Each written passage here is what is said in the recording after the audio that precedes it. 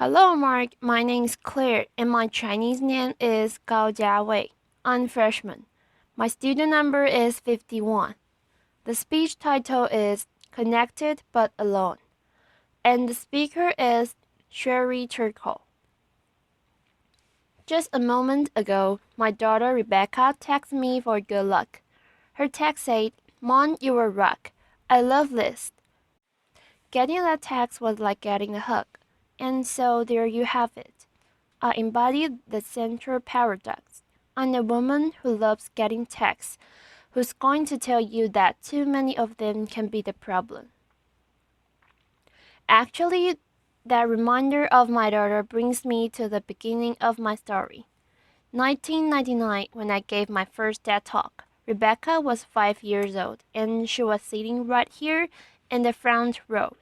I had just written a book that celebrated our life on the internet, and I was about to be on the cover of Wired magazine.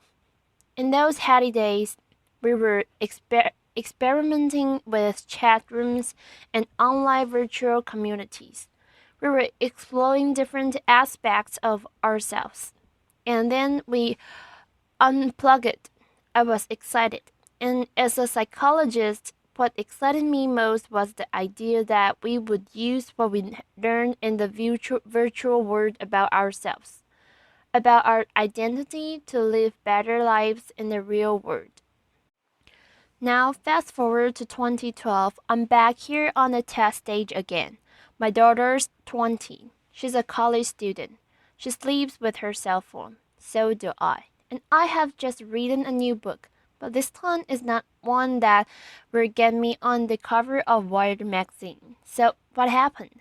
I'm still excited by technology, but I believe, and I'm here to make the case that we're letting it take us places that we don't want to go.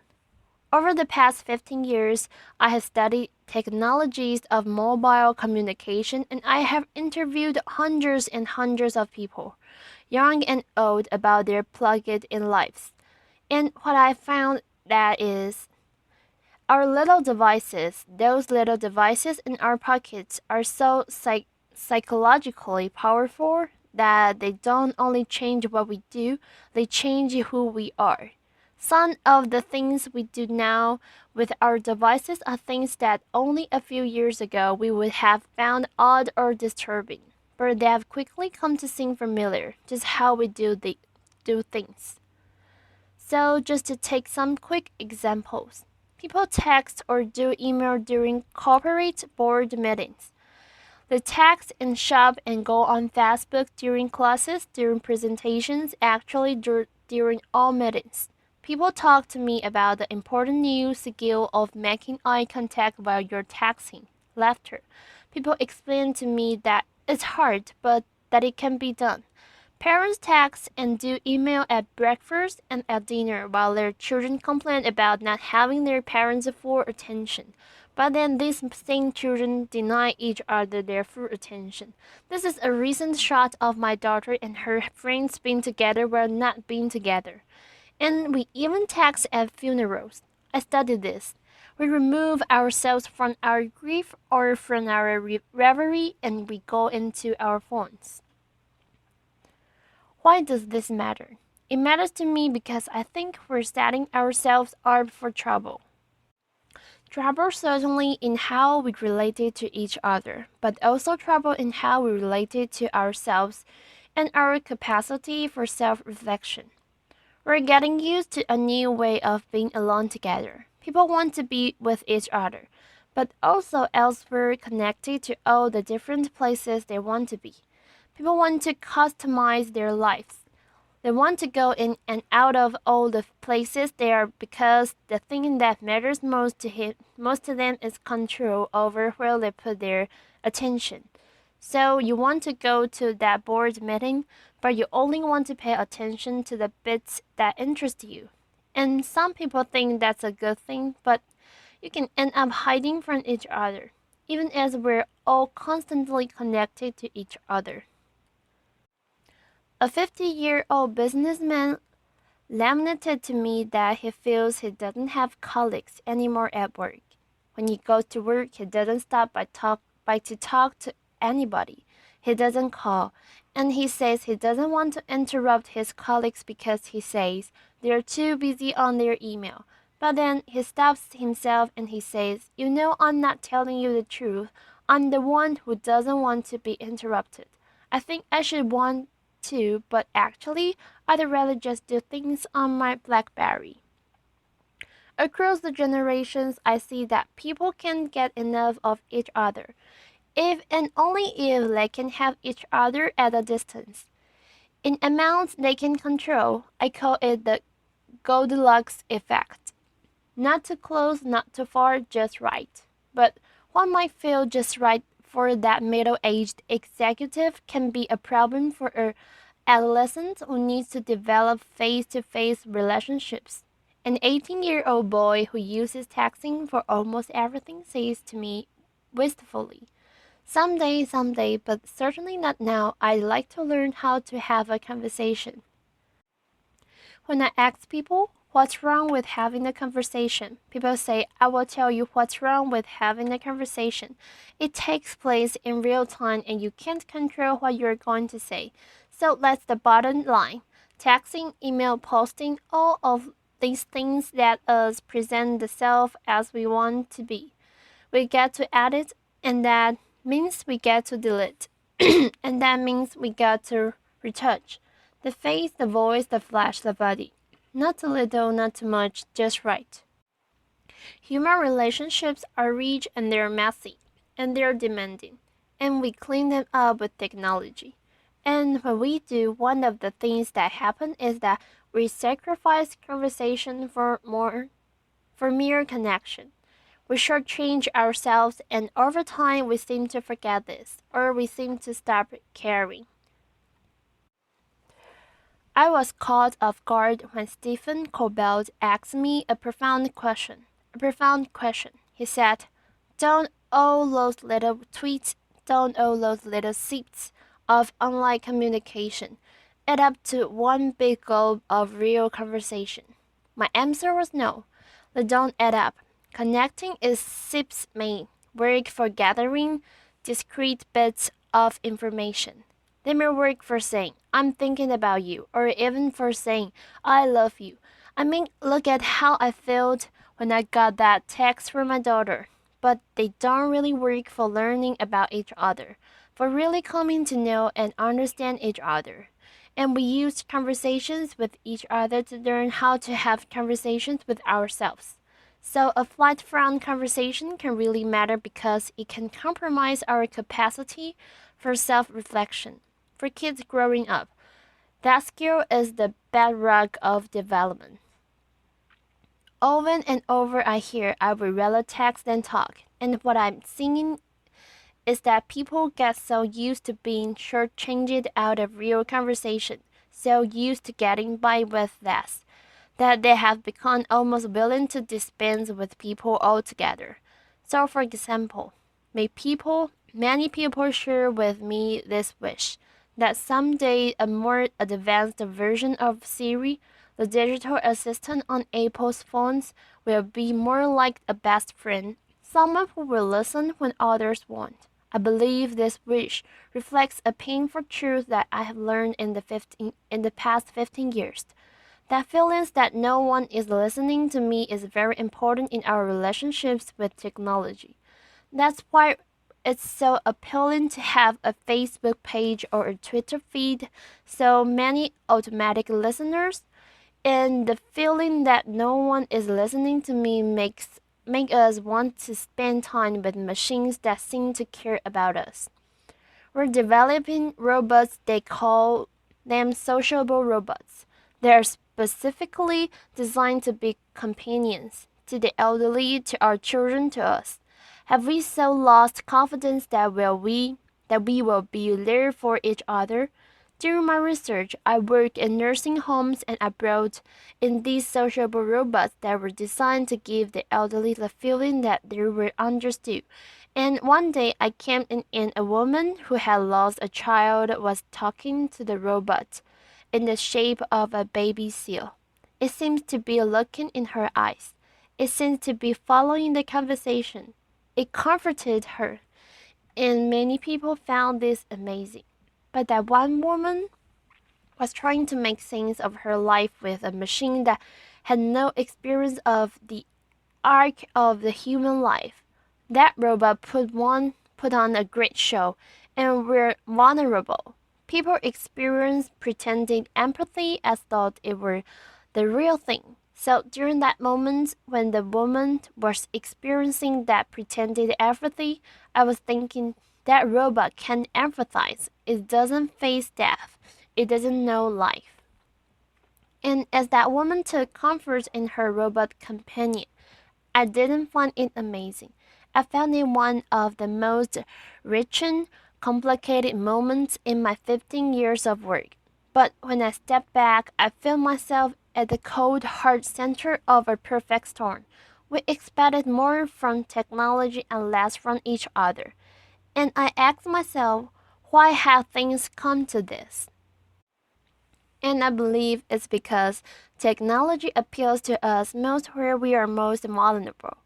And we're vulnerable, we're lonely, but we're afraid of intimacy. And so, from social networks to sociable robots, we design technologies that will give us the illusion of companionship without the demands of friendship. We turn to technology to help us feel connected in ways we can comfortably control. But we're not so comfortable, we're not so much in control. These days, those phones in our pockets are changing our minds and hearts because they offer us three gratifying fantasies. One, that we can put our attention wherever we want it to be. Two, that we'll always be heard. And three, that we'll never have to be alone. And that third idea, that we'll never have to be alone, is central to changing our psyches, because the moment that people are alone, even for a few seconds, they become anxious, they panic, they fidget, they reach for a device. Just think of people at a checkout line or at a red light. Being alone feels like a problem that needs to be solved. And so people try to solve it by connecting. But here, connection is more like a symptom than a cure. It expresses, but it doesn't solve an underlying problem. But more than a symptom, constant connection is changing the way people think of themselves. It's shaping a new way of being. The best way to describe it is, I sure therefore I am. We use technology to define ourselves by sharing our thoughts and feelings even as we're having them. So before it was, I have a feeling. I want to make a call. Now it's I want to have a feeling. I need to send a text. The problem with this new region of I sure therefore I am is that if we don't have connection, we don't feel like ourselves. We almost don't feel ourselves. So what do? We connect more and more, but in the process, we set ourselves up to be isolated. How do you get from connection to isolation? You end up isolated if you don't cultivate the capacity for solitude, the ability to be separate, to gather yourself. Solitude is where you find yourself so that you can reach out to other people and form real attachments. When we don't have the capacity of solitude, we turn to other people in order to feel less anxious or in order to feel alive. When this happens, we're not able to appreciate who they are. It's as though we're using them as spare parts to support our fragile sense of self. We slip into thinking that always being connected is going to make us feel less alone. But we're at risk because actually it's the opposite that's true. If we're not able to be alone, we're going to be more lonely. And if we don't teach our children to be alone, they're only going to know how to be lonely. When I spoke at TED in 1999, reporting on my studies of the elderly virtual communities, I said, those who make the most of their lives on the screen come to it in a spirit of self-reflection. And that's what I'm calling for here now. Reflection and more than that, a conversation about where our current use of technology may be taking us, what it might be costing us, where cementing We're smitten with technology, and we're afraid, like young lovers, that too much talking might spoil the romance. But it's time to talk. We grew up with digital technology, and so we see it as all grown up.